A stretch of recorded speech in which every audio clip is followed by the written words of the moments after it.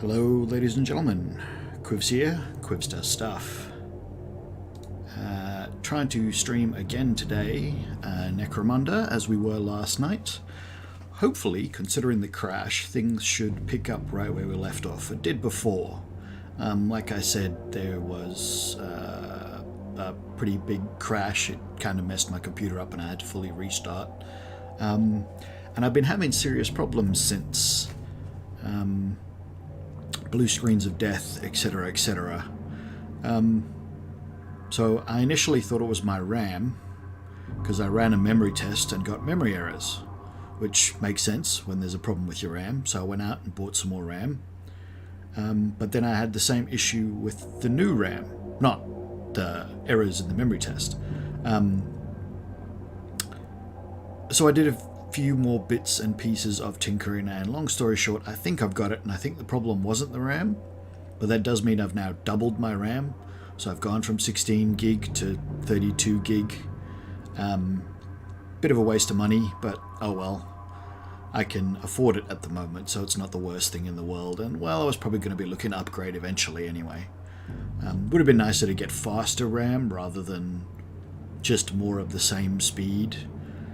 But I was looking for a quick fix because I didn't want my computer broken when Cyberpunk launches next week. Also got a new chair. So my Secret Labs Omega Black arrived today. So I spent an hour putting that together. In fact, while memory test was running. And yeah, it's a very comfortable chair. It has changed my seating position a bit. I had a tendency to sort of sit on the edge of my seat and lean forward on the previous extremely cheap office chair, whereas in this, I'm inclined to actually sit properly on the chair. It makes you sit properly as well. Like, my feet are flat on the floor, my arms are at a good position, my back's in a good position, my neck's in a good position. So credit to it, don't underestimate a good chair. A good chair can probably fix your posture problems. Anyway, Necromunda. So yeah, we crashed last time. So let's see what happens. Don't remember that gang at all. Anyway, mission in progress. Let's see what happens if we load this up. It should go straight back to where we were. Which means I can finish out a game and then show you the post-game process and other things that you do and how you proceed through the missions. Yep, as I said, right at the beginning of this saboteur's turn. Now I believe there's a gang leader up there and that heavy over there. I think I'm going to take out the heavy. Maybe I can come back for the gang leader as well. Might be possible. No, I don't want to risk missing, so I'm looking for a higher percentage shot than that. 82 is pretty good. I'll take that, and if I miss it, I'll be upset, but... Hey, there we go. Okay. So they're down, they've dropped everything. I don't actually have enough points to do anything else, so it's not worth going back for that leader. I will search this guy, steal their autocannon, so that they don't have it in the next fight. Oh well, they might have a new weapon in the next fight. It really depends on how much money they have. Sometimes they have enough money, sometimes they don't. Yeah, let's get as far as possible into the map, because if I kill that leader soon, then it's going to be a looting round, and no one's going to be able to get to that except for this character. So if they can end here, let's kneel. And that'll be everything. That's all my movement points, all my action points. Right. Definitely them. Leader still goes first. Disengaged. Actually, I don't think that's the leader. I think that's just a dead eye, which are the only people who have ascenders. Alright, just got nothing on them, and I think they're running for the exit because they are too scared. So they are going to get out without getting further hurt, which basically means you prevent an injury. I've got somebody who's out. Oh yeah, they're down. Aha! Yeah, that's one of the things. If you have to reload and a character was out of action, they do their T-pose. It's not a full T-pose, it's more like a... what would that be? Inverted Y pose? I don't know. Anyway. Oh, wow. That guy's freaking out.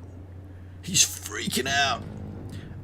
Yeah, so when you have to reload, some of the corpses or out-of-action fighters will end up looking a bit weird.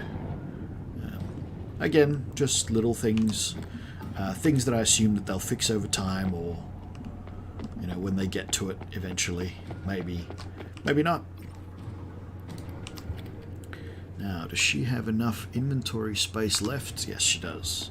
So one of the things is when you want to pick stuff up like this, carry on your shoulder, you actually have to have an inventory space to put your gun inside your inventory. So if I had 7 of 7 there, I wouldn't have been able to pick this up because I wouldn't have been able to carry it. But no, I had enough space. Now, is there another one close? So at the end of the game, so long as you are in possession of the items, you don't have to have it... you don't have to get it off the map to the extraction point. You just have to finish the map in possession of it. And that will suffice.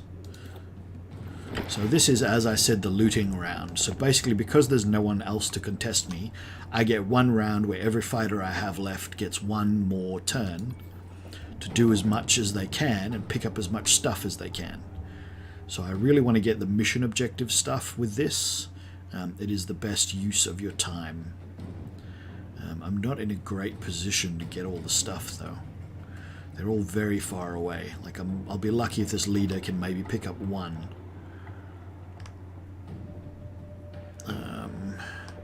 Are there any good zip lines around? Let's have a look at the map and see what my best bet is to get to the middle there. You can take slices away from the map using the scroll wheel, which allows you to look through, essentially through things. Yeah, no, there's not really any good zip lines. There's that one from there. Alright, that's at least somewhat useful. Yeah, I'm not going to get many more of these things, which is a bit of a shame, because I won the map, but I wasn't positioned well when I won the map to make that much use of it. Alright, so I think what I want to do is I want to jump here. Nope, jump here.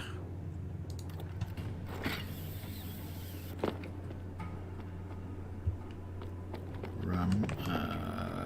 Yeah, I'll search this, why not? How many things have I got in my inventory? Ooh, a flak vest, that's nice. Got nothing in my inventory, so I definitely got the space for it. Then run here. Pick up this one.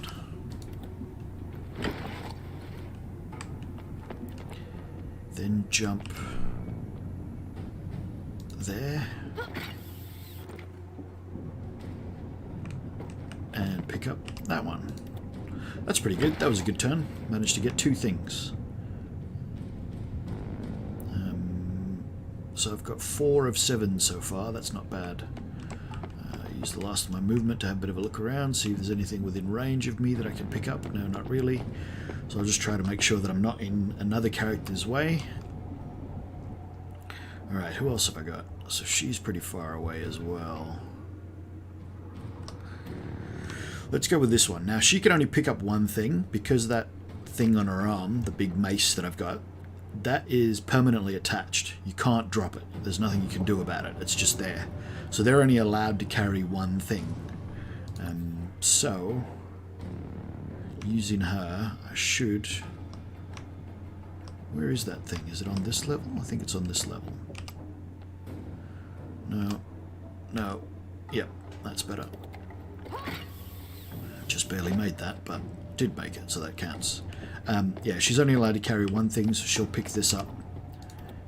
And then maybe look for some other things she can search, like this. Take that. It's not worth much, but it's not worth nothing. I think that's everything within her range that's worth looking at... Yeah, so she might as well end her turn there. And then last, my melee fighter, who will have to try to get all the way over there to pick up that one. Where are the other ones? Oh, and there's one all the way over there as well.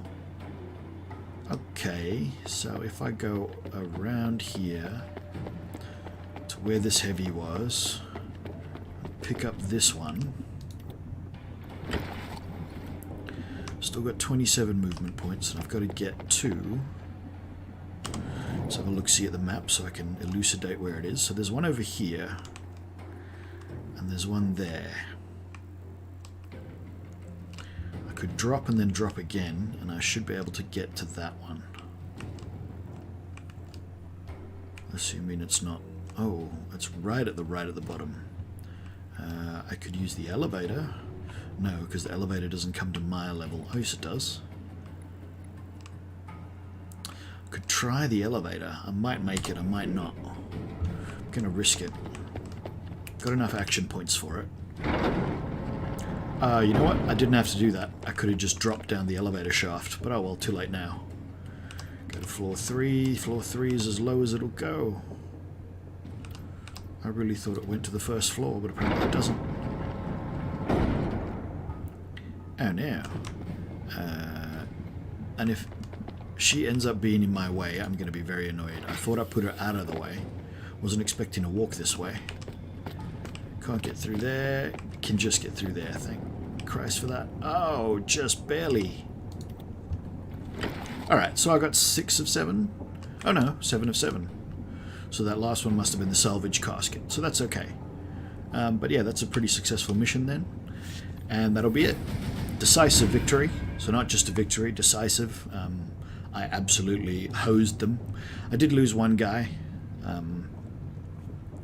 Doesn't always happen, does sometimes happen. They lost 3 of their 4, and one dude bailed out before he died as well, or got taken out of action. Like I said, you don't always die. At the end of the battle, you now get the post-battle screen, where it decides how much experience points you've got. Yeah, basically that. There's a few other things, like... So this is all the stuff that I got from the level. A Medicaid kit, protective flak vest. These things are just worth money.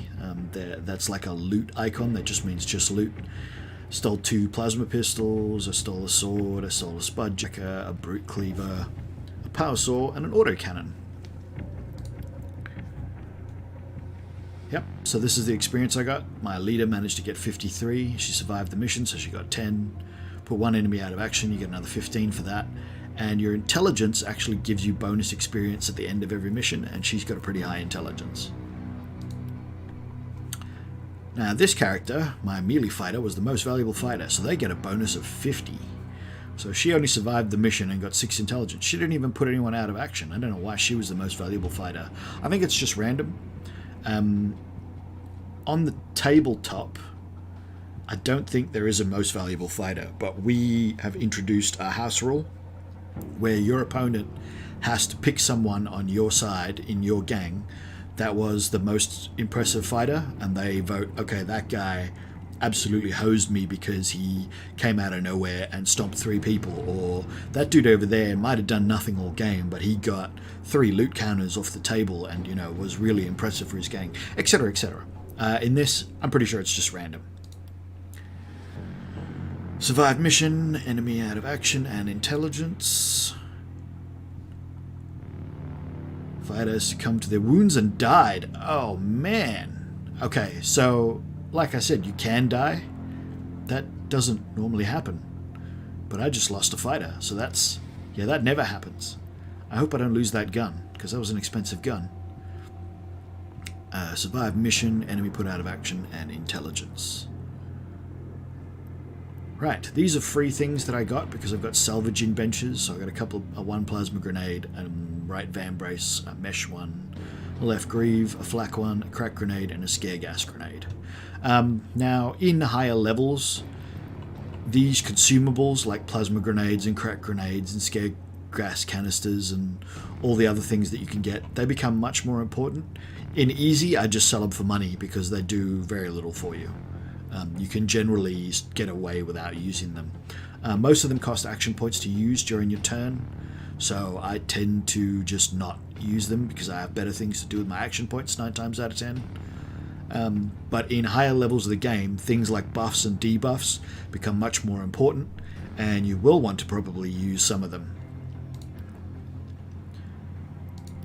I've never had a gang member die before, that's new. I don't know whether I get to keep their gun.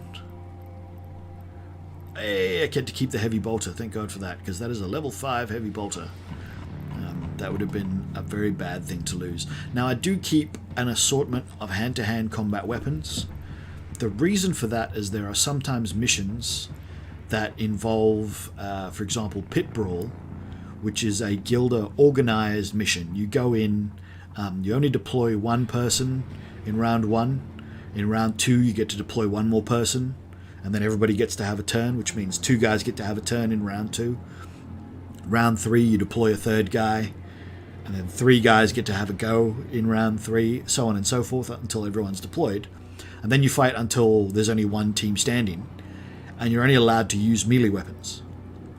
So if I'm going into one of those, I want to have a bunch of melee weapons in my stash, my gang stash, that's just stuff that I've stashed away for later.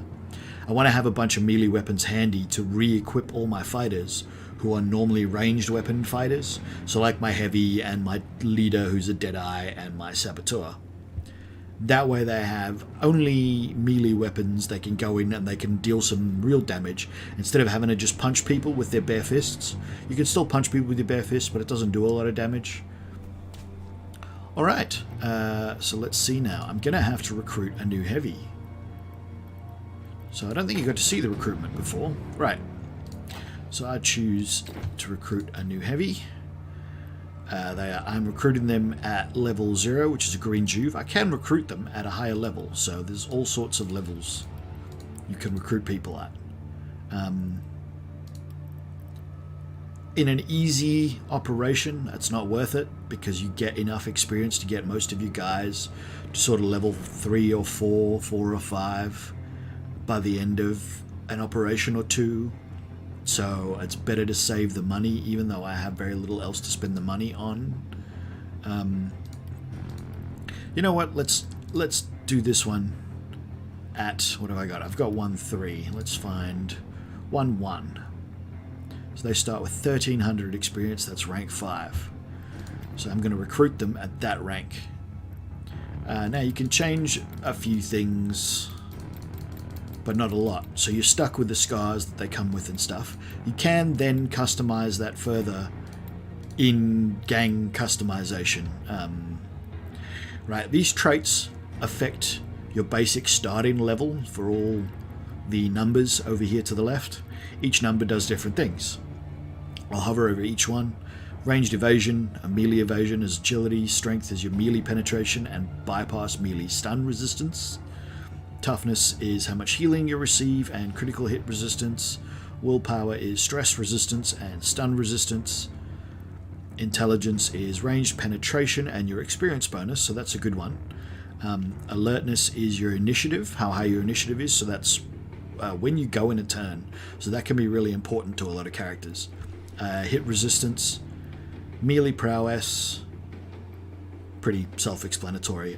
Does melee precision, so how good you are at hitting, and bypass melee evasion, how good you are at preventing the other person from dodging.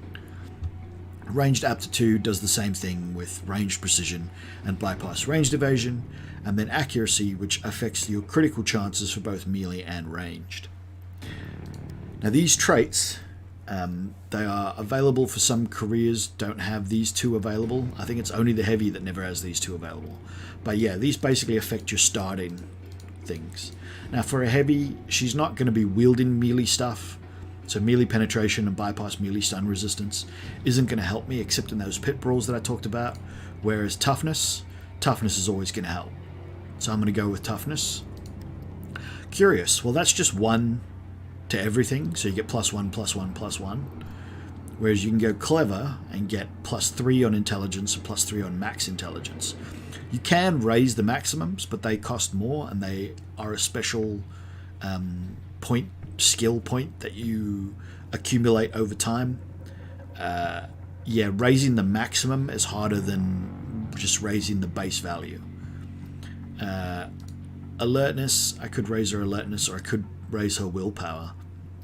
In the case of a heavy, she's going to be shooting people, so the ranged penetration's worth it, and then the experience bonus is good for everyone. So I'll go with clever, and then Protean is, yeah, melee as one on everything, focus is ranged, discipline is melee, and calculated is accuracy. Now accuracy sounds good, but it is only critical hits. I'd rather have the ranged aptitude to just hit more often. Now she's only going to cost me 990. Why did it say more before? Alright, let's go Mighty Ganger. Oh, 1/6. Okay, I definitely don't have enough for that. Let's go to Veteran Ganger. Did it change my things? Resilient, toughness, clever, and focused. Yep, that's right. Cool. Alright. And she comes with a lasgun, a level 1 lasgun, and a couple of pieces of armor. And look, see, task complete, hired muscle. I don't think I've ever bothered to actually hire someone who isn't level 0 before. So I've got 3 more infamy points that I... Oops. 3 more infamy points that I didn't have before. See, available infamy points 3. So I've spent the rest of my infamy points, but I've accumulated this extra 3. Now I can't spend this 3 until I begin a new operation. Alright, now I will go to gang customization, where I will change her equipment because I want her to be using that big level 5 heavy bolter, because it's a much better gun.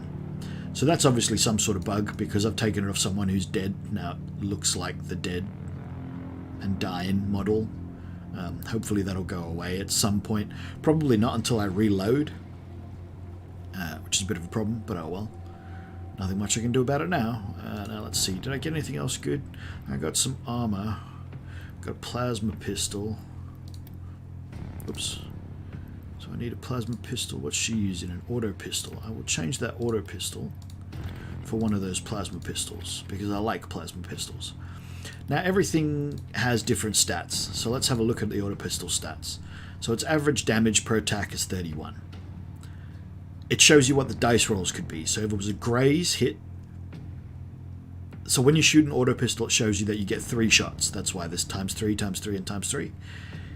Each shot has a chance to either graze, be normal, or critical individually. So it's not like if you shoot and get a critical, all 3 shots are going to be critical.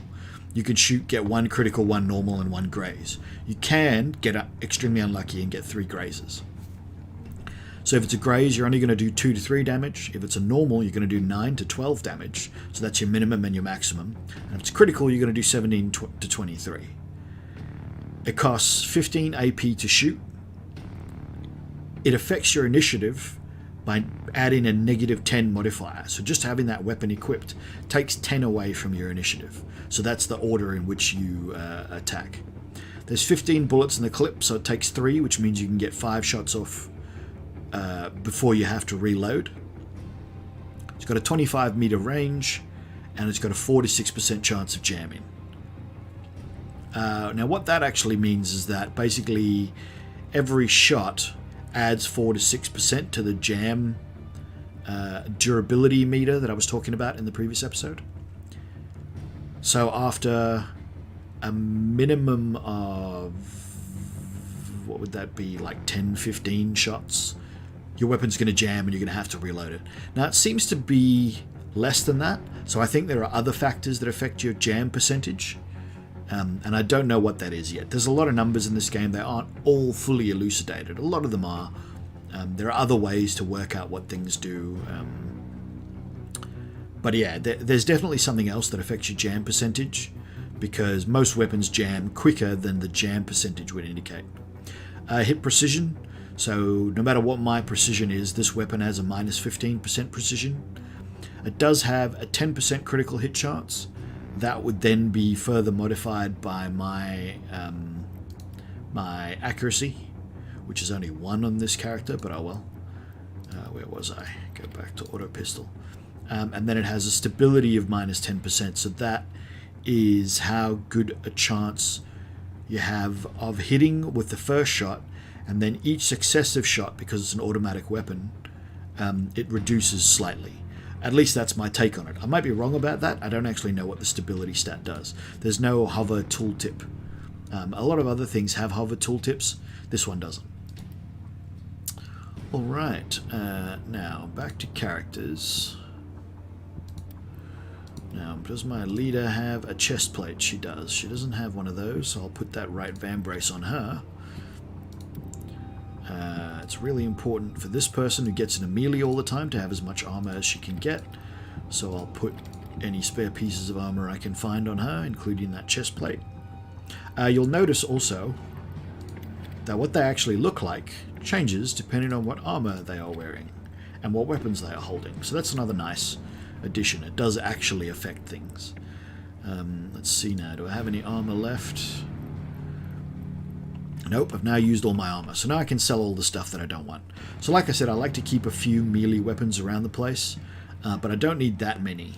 Because I've got 5 guys, and 2 of them are already melee orientated. So she's got a melee weapon. I probably wouldn't give her another one, because that hydraulic arm, the mace on it, is about the best melee weapon she's going to be able to get. I wouldn't bother re-equipping her because she is a melee character and has 2 melee weapons. This is specifically for a pit brawl, is what I'm talking about. So I basically need 1 for her, 1 for her, and 1 for her. So my 3 best melee weapons. Now the other thing is, like her, anyone can equip a melee weapon in either hand. Sometimes that's worth it in a pit brawl, sometimes not. So at most, I'm looking at 6 melee weapons. So, I'm definitely going to keep the sword version 5, so I don't need 1 of these swords, so I'll sell 1. And I'll keep 2 brute cleavers and 2 spudjackers, and then I can sell pretty much everything below that. Don't need any of that, don't need the plasma pistol, don't need a spare power sword, don't need a level 1 autocannon, don't need the plasma grenade, crack grenade, scare gas canister, the las cannon, or that auto pistol. And I now have another 1,000 credits, even though I spent a crap load of credits on that other character. Actually, I could have sold first and then recruited my new heavy at an even higher level than she was. So that's another thing. That heavy now has 1,300 experience points to spend. But we'll do her last. Let's do this one. She has no skills or passives available yet because she's not a high enough level. And that's because she is level 1.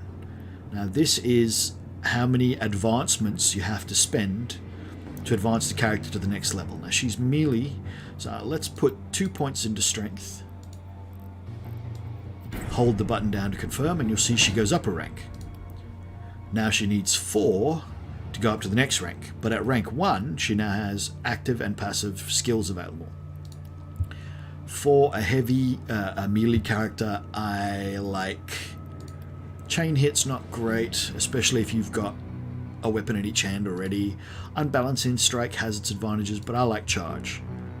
So when characters are in Overwatch, if you can stay outside of their range of Overwatch and you use charge, you can get to them without triggering their Overwatch. It comes in handy. It also adds a lot to your movement, so if you've moved your maximum movement and you still didn't reach the guy, but you're within charge range, then you can still charge them. Now charge has a minimum range, so if you are 7 meters away, you can't use charge. You'd have to actually back away a little bit to use charge. And if you're any more than 20 meters away, you can't use charge.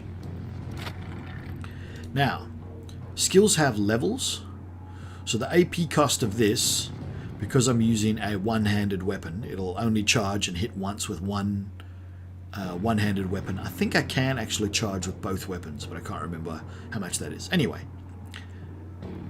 it costs an extra 50%, so the AP cost of me hitting someone with a one-handed weapon normally is 15 AP. So to charge, it's 15 AP plus another 50%, which is 7, which is 22 AP.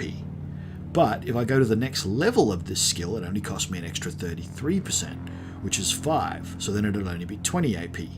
And then if I get to level 3, it's only 16%, which is 2 or 3, which would only be like 17 or 18 AP. It also has requirements, so to get to level 2 I need to have a melee prowess of 8, and to get to level 3 I have to have a melee prowess of 12. Now I already have those, I just don't have the 45 experience it's going to cost me to get there. So I'm not going to spend any more of her experience because I'm going to save for that. Now, Get in charge as an active skill did count as one advancement towards the next level of fighter. So she's now rank 1. She was rank 0 before, essentially. She's now rank 1. Once I've applied a further 3 advancements, she will become rank 2. Alright. So that's her sorted out for her experience. Let's do the leader. I would like my leader to have an active skill that is a specific leader skill called Heroic Barrage. Lets you attack 3 times with the active ranged weapon. Now, it costs a lot. It's 60 AP, which I will only have on the very first turn of a game, normally. But later on I can reduce that AP cost. So it's worth getting it now to know that I'm going to be able to get the reduced cost later. That lets me fire 3 times. Okay, so there's another thing. When your characters, level 5 characters, take any advancement, there is a chance that they will get a virtue, a vice, or talent. And my leader just developed a virtue. So she's now got a -5 AP cost of field repair. Field repair normally costs 15 points. For her, it now costs 10. That's as a result of her virtue. So a vice is normally something negative and a talent is normally something positive. Virtue is positive, talent is positive, vice is something negative. So for example, you might get someone who they might spend too long aiming, and that will have some special name. And then that will then be maybe plus 5 AP to shoot, which makes shooting really expensive for those characters.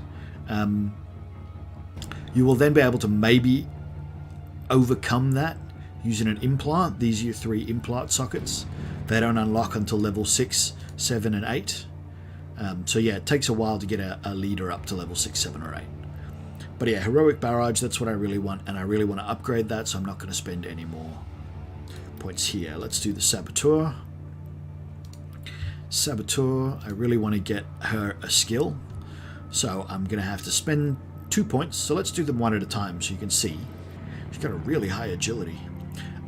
In her case, I'm going to go with Intelligence, and I'm going to confirm that so you can see that it fills in the one thing. And then when I go again, she ranks up. She now has -5 cost AP of jump, and 1 active and 1 passive skill slot. Yeah, so everybody's jump costs 10 at the beginning, and then 5 once they go up a level. Kneel costs 10 at the beginning, and once you go up to the next level after this one, I think is Kneel is the next one. And then I think one of them is Disengage, or I can't remember what the third one is. But the first 3 times you go up a level, a full level rather than just an advancement, you get -5 off a skill that otherwise takes 10 points. Right, so in her case, I want Homemade Nade. So normally you would use consumables like crack grenades, melter grenades, gear gas canisters, plasma grenades, what have I missed? Frag grenades, etc., etc. But she can use a homemade nade, which never runs out because it's not actually a consumable. It's just something that's sort of like a skill. And essentially speaking, it's like she made all these before she went in. They're very useful. They don't cost much. So a lot of the time during the battle, you'll have like, and especially with saboteurs who have a limited range weapon, because if you use the weapons that are assigned to them, they're all a blast radius weapon, and they're kind of short range, normally like 15, 20 meters. So the grenade is good because you can throw it, and you can throw it really far. It doesn't have an actual range. It has an aiming reticle, and you're sort of limited by the arc of your throw. So if there's a ceiling above you, you can't throw up high enough to get any good range on it. But if you're in the open, you might be able to throw it up really high and get like 3/4 of the way across the map. Anyway, so that's definitely one that I put on my saboteurs. Alright, last but not least, the lay mechanic. Now the lay mechanic has a lot of good skills to choose from. But first I need to get her to the point where she can choose some skills. Now I generally kit them out as melee because this thing is heavy and does a lot of damage. You can get ranged weapons, to attach to the lay mechanic, but I find having two good fighters that have been skilled for melee already is sort of the nice sweet spot. So I'm going to up her strength by 1, 2. I could have done that both at once, but again, I just wanted to show you. Again, -5 AP cost of jump, and an active and a passive slot. Now, build health dispenser. Pretty useful. I haven't shown you a health dispenser because I haven't used one, and nor did the enemy. But there are health dispensers scattered around most levels.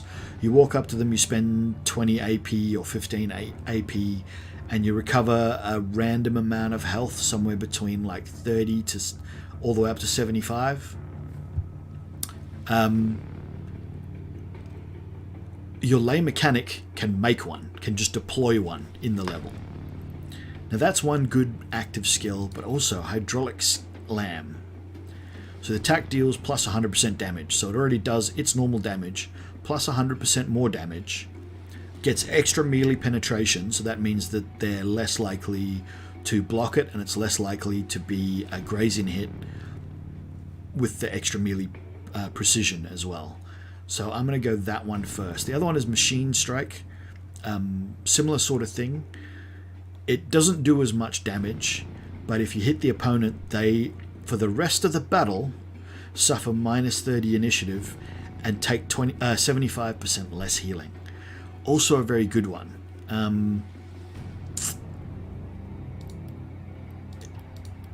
Much of a muchness. They're both two different things. Now this one actually says, and because it's got purple, it is a what's the word? A house variant. There it is. So Machine Strike, while all gangs have access to Machine Strike, Esch's Machine Strike is different. It does different things. I don't actually know what the difference is, but they do different things depending on which one it is. Alright, but I'm going to go with Hydraulic Slam. I like it more. And she doesn't have enough to go to the next level. But you see there, she doesn't have 12 strength. So if she had the experience to get to level 3, she couldn't do the learn the level 3 version of the skill because she doesn't have enough strength yet, because her strength is 10. So at some point I'm going to have to put 2 more points into her strength so that she can get the level 3 version of the skill. Alright, now let's do that heavy. That has 1,300 points. So they start from level 0.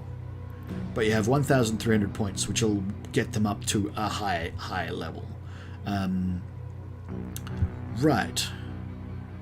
So let's put 2 points on intelligence to raise them up to a rank where they can get a skill. Now for heavies, they get these auras. A lot of them are very useful. Safeguard, for example. So anyone within range of the heavy's aura, it costs 100 AP, 100% AP for enemies to shoot at you while you're within the aura known as Safeguard. So if the enemy costs 15 AP to shoot at you, which is about normal for a pistol, if they try to shoot at someone within the Safeguard, it'll cost them a full 30 AP, which means they won't get as many shots off.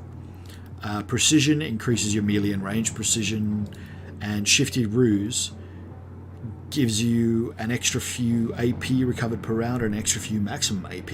So that's the one I like. It goes well with my leader, who's now got that very expensive AP skill. So I'm going to go with Shifty Ruse, and I'm going to do what I have to do to get it up to level 3. So I'm going to need 12 toughness. So let's go back and up toughness to 12. That's going to take me up another level as well. Lowers the cost of Kneel, gives me another active and passive slot. See, so now those two are available. But I'm then going to upgrade and upgrade. Right. Now there's a bunch of passive skills as well, and there are different skills. So these only work for heavies. These work for anyone in the gang, and these work for anyone who's a Juve or better. So as she goes up level, she'll have access to Juve, Ganger. She won't get access to leader because you can only have one leader. You have to promote a character to a leader, and if you promote a character to a leader, your current leader will lose leader skills. You can get rid of skills. There is this wipe skill That is the mind wipe. So you can change skills later if you want. Now, one of the ones I like on heavies is Weapon Barrier. Increases their initiative by 10, increases their melee evasion and their ranged evasion. And you can take that all the way up to level 3 as well. So I'm going to do that, and I'm going to take it up to level 3. Very expensive, cost me a lot of experience to do that. Oh yes, minus 5 AP on carry, and another 2 passive slots. Alright, but those are the only skills I'm going to put on this heavy for them in the meantime. The rest of it I'm just going to spend on points that she needs. So I want intelligence maxed out for sure. I'm going to want her ranged aptitude maxed out for sure. Top Juve, disengage. I'm going to increase her accuracy as the next thing that I reckon is good. And we'll go to max on that as well. Now she got a Vice. So she got to level 5 and she learned her Vice Distracted. So she lost 10 initiative. So I've gained 30 initiative from this skill, but I've lost 10 from her Vice Distracted. So I later might be able to find an implant chip that'll get rid of the Distracted debuff and get that 10 initiative back, but for the time being she is now plus 20 initiative instead of plus 30 initiative. Alright, blah blah blah blah blah. What else do we really want to give her? She's got no max stat upgrade points. Alertness is good, that's her initiative. That would help. Toughness isn't bad. Strength is only good in brawls. Agility, having her being able to dodge shots is nice. But I think alertness. I think we'll pump everything into alertness. Alright, she's got a new virtue. Pain tolerance. So when she's heavily wounded or gravely wounded, that's basically at like 10% of your health left. She gains 10% hit resistance and 10% critical hit resistance. Not a bad virtue. Not great, you get better ones, but that's not bad. She's still got 150 experience points left. And now I've got 3 unspent max stat upgrades. So what I'm going to do in that case is I'm going to increase the max on intelligence, and I'm going to do it all 3 times because I can afford to. Why not? So now she goes to 22 of 22 intelligence. So she gets an extra 22 experience after every mission. And her ranged penetration, so she ignores 22% of a target's armor. So that's pretty good. It's pretty solid. Alright, that's a pretty good crew. So yeah, so that was basically the end of a match. That was some of the important things that you have to do during a post-match battle. The next thing that you'll do is pick the next mission that you want to do. So here's a new one where you've got to retrieve gas fungus, and another one where there's the pit brawl, like I said. So guilders often sponsor a variety of games for entertainment profit, which local gangers regularly participate as a way to assert their dominance and supplement their income. Pit Brawl is one such game, a confined melee-only clash where shock collars are to be worn by all fighters to ensure compliance with the tournament rules. The last gang standing will claim victory. So what they're talking about the shock collars there is you can still take your ranged weapons in, but if you use them, you get shocked, which does a little bit of hit point damage and leaves you stunned, which means you have to recover from stun, which costs AP, which means you can do less things during a turn. Cannot extract, so there's no way to get out. 1 fighter is deployed per round, but every fighter that is deployed gets 1 turn per round. The idea is to defeat all the enemies, to not die, not be the one that dies, has all you guys die first, and there is a salvage cask in the level that you can walk off with. The level is normally really small for Pit Brawl. It depends where it is. I'm not sure where this one is. Oh, Hangar Roof. Hangar Roof isn't as small. That's a pretty reasonably big open map. There is one whose name I forget that is basically like the Octagon. It's just a small circle. It's a bit worse than the Octagon because bits of it are on fire. Standing in fire hurts you while you're in it. It hurts for every bit of movement that you spend moving through it, and you take damage if you start or end your turn in it. It doesn't continue to hurt while your opponent's having his turn, because that wouldn't make sense for a turn-based game like this. But yeah, every bit that you move through it, and every time you start in your turn in it, you take damage. But anyway, that was just a quick finish up of what should have happened during the live stream last night.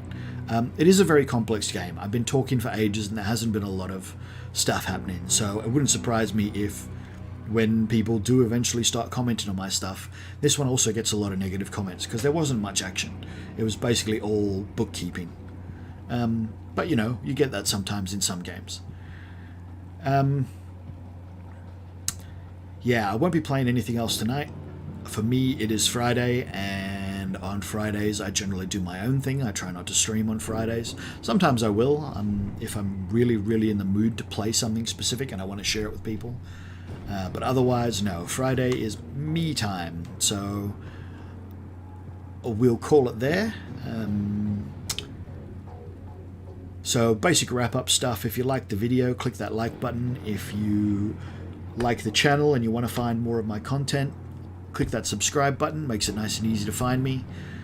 If you really like this stuff and you want to know next time I'm going live or next time I publish a video, hit that bell icon. That'll give you notifications so you know. And if you didn't like this content, hit that dislike button. But if you didn't like it, I would appreciate if you could leave me a comment to let me know what it was you didn't like. I can't improve without those comments. I've been doing things basically the same continuously. I have had a few comments here and there. One, admittedly, they liked the video, but they commented anyway and said that the videos were a bit long. So I was doing hour-long videos, and they said not everybody's got an hour to sit there. I agree with that. You can always come back to a YouTube video, is my argument. I did try half-an-hour videos for a while, but you get nothing done in a half-hour video that shows 100% of gameplay. If you're editing a video and you're just showing the best bits, half an hour is a lot of time. If you're showing every last bit from start to finish, because I don't cut anywhere, half an hour is nothing. And for live streams go as long as they go, I guess. I mean, I think this one was 45 minutes yesterday. This one's about 45 minutes, 50 minutes today. Look, I do my best, but leave a comment anyway. I will, you know, take it with a grain of salt and do the best I can with it. There might be a reason why I can't do what you would like, but it might also be a really great idea and you might improve my channel, at which point I will even give you kudos in the next video. So thank you very much. Like, subscribe, all that good stuff, and I'll see you in the next one.